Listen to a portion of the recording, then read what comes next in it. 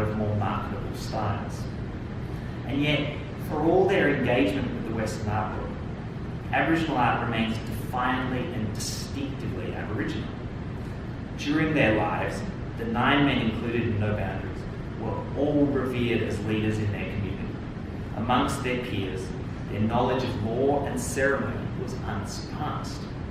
The anthropologist A.P. Elkin coined the term men of high degree to describe such figures, whose command over ancient ritual practices gave them an incontestable authority among their people. Painting came in their twilight years at a time when most people would be looking for a quiet retirement. In Western art, we're used to senior established artists becoming fixed in their ways, stuck repeating the triumphs of their youth. For Aboriginal Australians, it's the reverse. It's only because these men were assured in their identity, fully in command of their cultural corpus, that they could leave behind the comfort of old ideas. Informed by a lifetime of learning, their paintings are a priceless archive of Indigenous knowledge. They cannot be separated, they cannot be divorced from this worldview any more than they can be separated from the global art world for which they are created and in which they circulate. So the paintings that you'll see in the next room are steeped in an ancient worldview and produced in remote communities that few outsiders are ever privileged to visit. Communities like Kilpura are tiny settlements, usually home to less than 1,500 people, and located in some of the most remote places on the planet. Aboriginal peoples choose to live in these places and remain close to their ancestral lands, the places that give them identity and enrich their cultures. So this is Kilpura. And you know, it's funny, I first visited Kilpura in 2010, and I think it was bigger. Right? And it's really important. You know, like, I'm not joking when I say that, because there's these ideas, these are dying communities, dying cultures, and that their languages are dying, and it's not true. These communities are growing, the languages are healthy, they are still the first languages, second languages, third languages being spoken in these communities. So it's really important that we're not looking at, this is not the salvage ethnography show, this is a vibrant living culture. And these artists are choosing to live in these places because these are the places that enrich those works. Those works are inseparable from these places. However, in remote Aboriginal communities, art production is one of the only avenues for economic advancement. But its attraction is far more than simply financial.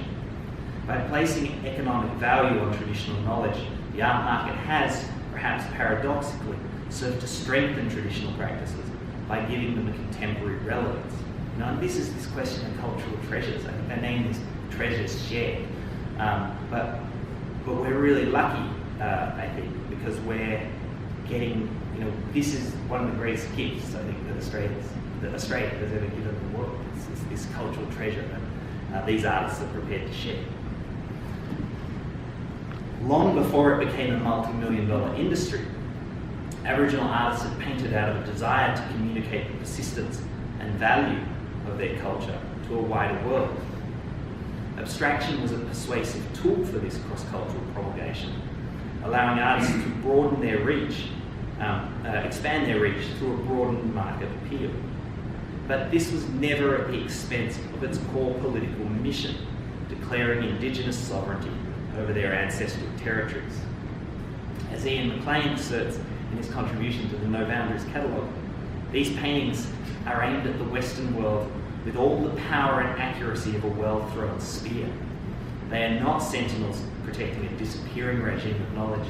They are occupying forces, spreading their message with a persuasive affect.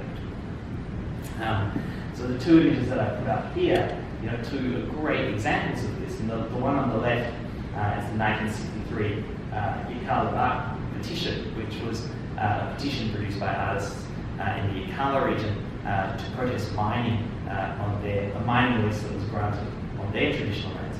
And that was ultimately an unsuccessful petition, but that Bark petition is now exhibited in the forecourt of the Australian Parliament House. So it was a very important moment in the assertion of Indigenous sovereignty in Australia. And then the painting next to it, this one here, the Nurada canvas, was the first time that a work of art had ever been exhibited, had ever been accepted as evidence in a High Court case in Australia. And one of the driving forces behind that was this fella, Narroja Tommy May, who Arnold and Susan and Elizabeth were fortunate enough to have lunch with, because he came to visit us in Charlottesville. So you come and visit us in Charlottesville and you get to hang with these really famous people. Tommy, in his community, he gets called the statesman. They call him the statesman because of his central role in pulling together the 53 artists to paint this Nurada canvas in what was a successful native title claim. Although you'll notice that they painted the canvas in 1997, and they didn't even get their claim until 2007, and the final ink wasn't signed on the paper until 2016. So these things take a long time. It's the ability to cross cultural borders without forsaking any of its distinctive identity that makes Aboriginal art some of the most challenging and important contemporary art being produced in the world today. It's not simply because Aboriginal art is so different from the art being produced in Europe and America. The fetish of the new and the different has long shaped art world fashions, but because Aboriginal art manages to retain its difference while pointing to the increasingly entangled networks that define our contemporary global condition. And while this reflects an incredible generosity on behalf of the artists, it's also been born out of the desperation of colonial necessity. To varying degrees, each of the 9 artists in No Boundaries witnessed the superimposition of Western modernity onto the traditional lifestyles of their people. They lived their lives across these two worlds, adeptly negotiating the complex requirements of both Indigenous and Western societies. The experience of the 9 artists in No Boundaries has made them adept at navigating these disparate worlds. This is perhaps most spectacularly evidenced in the life of Walmbaringa Jabuljarra. In 1984, the artist and his family emerged from the Western Desert after 22 years living nomadically in the wilderness. The newspapers called them the Lost Tribe, but they protested. They were not lost. They were simply living on the same country that their ancestors had inhabited for millennia. The Pintupi Nine, as they became known, made international headlines, but they represented merely an extreme example of many Aboriginal people's daily experiences of living across two worlds. For older artists like Billy Thomas, Jumbo Japananka and Tommy Mitchell, the arrival of European colonists occurred during living memory. All 3 recalled their first encounters with Gadia, the non-Aboriginal people, that occurred when they were young boys. Nara, on the other hand, was born into the indentured pastoral life of the West Kimberley. In the final decade of the 19th century, huge huge ranches spread out across the northwest of Australia, cutting across clan estates that had been occupied for over 40,000 years. But as a young boy, Nara fled station life, taking refuge with his grandparents in the rugged Mornington Ranges. Exiles in their own country, they lived in the mountains, upholding their traditional customs, laws and ceremonies. His grandparents' teachings made Nara one of the most important ceremonial leaders of his generation. In his later life, he repurposed the derogatory epithet mile used to describe wild bushmen who supposedly lacked the sophistication needed to make good pastoral workers. Miles, said Nara in 2005. That's why I'm in the lead with the biggest name all over the world. Station blackfella got no name, just rubbish, riding tail. But even though that was an unfair assessment, I think. But even those who grew up on stations like Paddy Bedford, Janingu Butcher Cheryl or Boxer Milner remained in close contact with their ancestral heritage.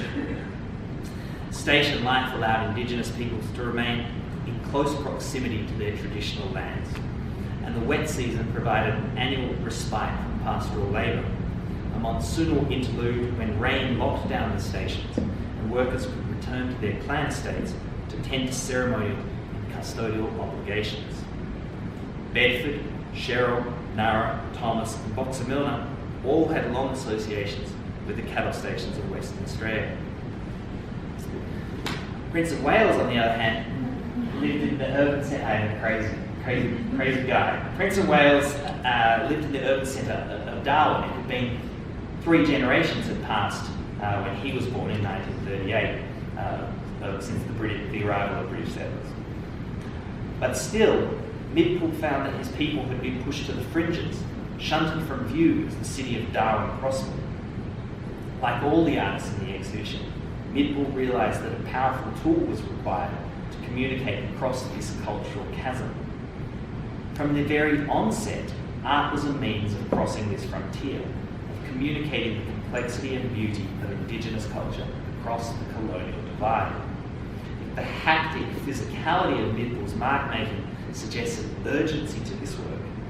The directness of his paintings also speaks to his unwavering confidence in the self-evidence of their message. In an age in which art, information and people move with increasing speed, albeit not always voluntarily or with equal agency, these paintings ask us to stop. They ask us to slow down. They ask us to look carefully, to pay attention to what the natural world reveals to us. At their most literal level, they ask us to be conscious of the presence of spirits and ancestral beings. But in a broader sense, they force us to acknowledge the presence of different ways of seeing and valuing the same world. The true contemporaneity of these artworks does not come from their use of bright colours or modern materials, but from the insistent claims they make on our shared present. Whether in the bold shapes of Nara or the spiral and flutters of Tommy Mitchell, these paintings demand your recognition of the persistence of Aboriginal cultures and the laws that underpin it. It's their ability to effectively communicate this history cross-culturally without sacrificing any of their distinctive cultural identity places these artists at the vanguard of global contemporary art practice.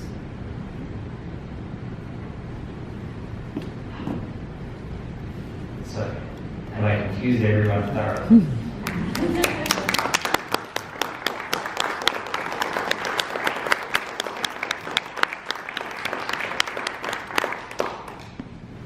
Questions? So I'm always interested in how things are connected, and so I had 2 questions. Number 1,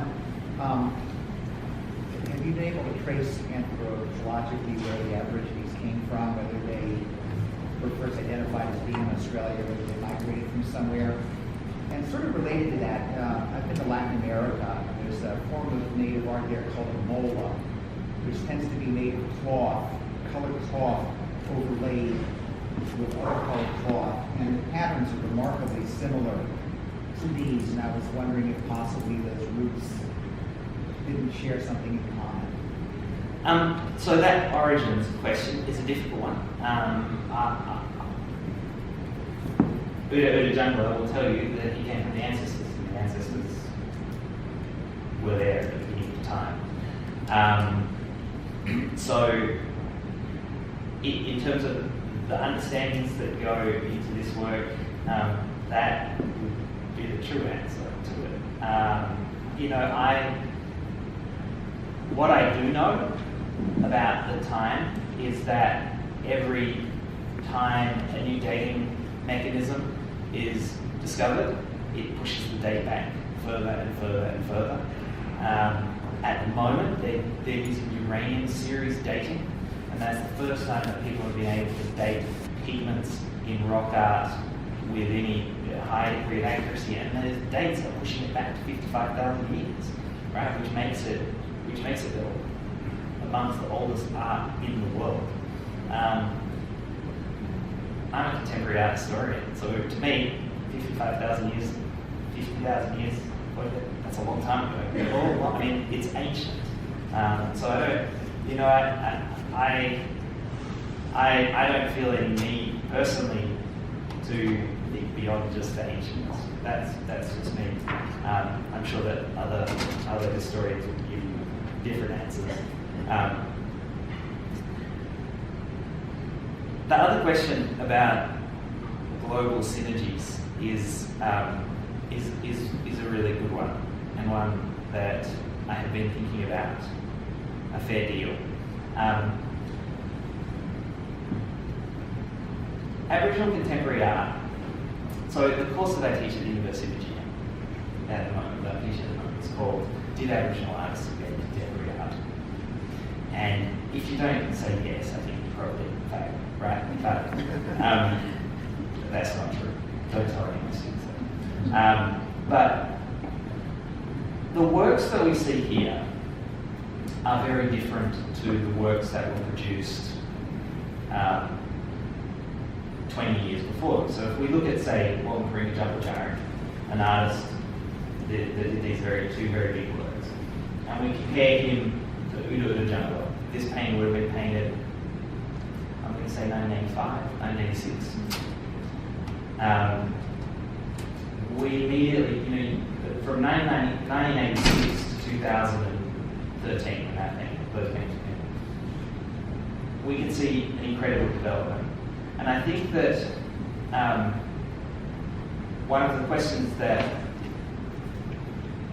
we have to, one of the things that we've got to be important, one of the things that's very important to do when we're talking about Aboriginal contemporary art is to place it into history. Right? Aboriginal art has a history. Those paintings belong to 2013, just like this painting belongs to 1983, just like early paintings from 1911, 1912, those periods, and they change. The important thing, I think, is that they don't necessarily lose any of they're not losing any of the conceptual underpinnings. So the conceptual underpinnings, the worldview that goes into a painting like this is not radically different to the worldview that goes like that. But what's changed is style, right? Style has changed, just like style changes in all other art methods. Where that becomes harder to explain, or where that creates a quandary for you, is that it's very hard to think about Walton Jumper's work without thinking about all of the other things going on in the world of 2013. Just like it's hard to think about this without all of the other things that were going on in the world of 1986 and 1984. And that's when you start to want to tease out global affinities.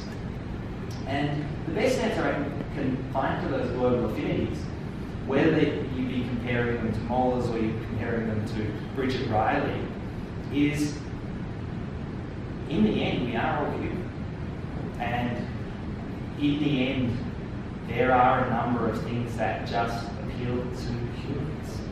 And we find hugely different ways to paint them, to describe them, to think about them. But in the end, all of these artists are doing what every great artist is doing, which is meditating on the nature of our being. It's just that what makes them interesting is that their being has a whole different series of a prioris to us. So that was a long answer.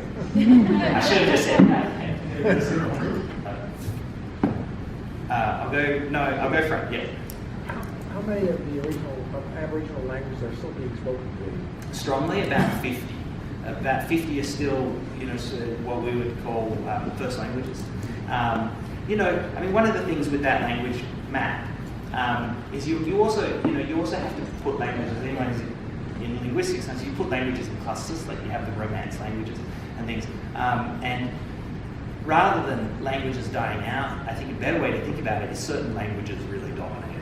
And particularly when the government started moving people into settlements, certain languages would take priority. But there are still about 50 languages spoken very, very strongly. They're still first languages. There's some strong bilingual education programs going on in the north. Not enough, but some. Is there any I want to say collaboration, but how much contact is there between the artists? Between the artists? Yeah. Great deal. Australia is so big, and has that changed over time? Yeah, so that's a great question. So to answer that question, it's worth considering how these works come to be in the market. Mm-hmm. Because as you saw, Kiwikora is a very remote place in a very far away location. So since the 1970s, a number of what we call community art centres have formed. And community art centres are Aboriginal owned and operated cooperatives, and they will usually hire a they will usually hire an arts worker, an arts coordinator, or an arts facilitator, who is usually a non-Aboriginal person, not always, but usually, who will supply the paints and canvases and deal with the galleries and facilitate getting the works off into the marketplace. But because of that, what it means is that you do end up with a number of what you might consider schools. So the best known of those Papunya Tula artists, formed in 1972. Papunya Tula has a kind of a house style, and some of that house style comes from the artists sharing the same materials, same paints, same canvases, but some of that house style comes when you have artists working side by side. There are regional art histories that really are starting to be written that show the ways in which individual artists impact each other, so the answer is yes. Yeah, they're strong, and so you can sort of. I think most experts in the field can spot. They'll look at a painting and say, "Oh, that was done at Papunya, or that was done at Balgo," and they're really responding to that way that artists work together. Are men and women in the same position of control over the histories, over the dreamings, and is there art done together, separately? Has it been shared? You said there's a sister show. This is all men. That's all women. Is there anything? Yeah. So that varies from region to region. Broadly speaking, I think it might be good to go back to I'll go back to the start. So broadly speaking,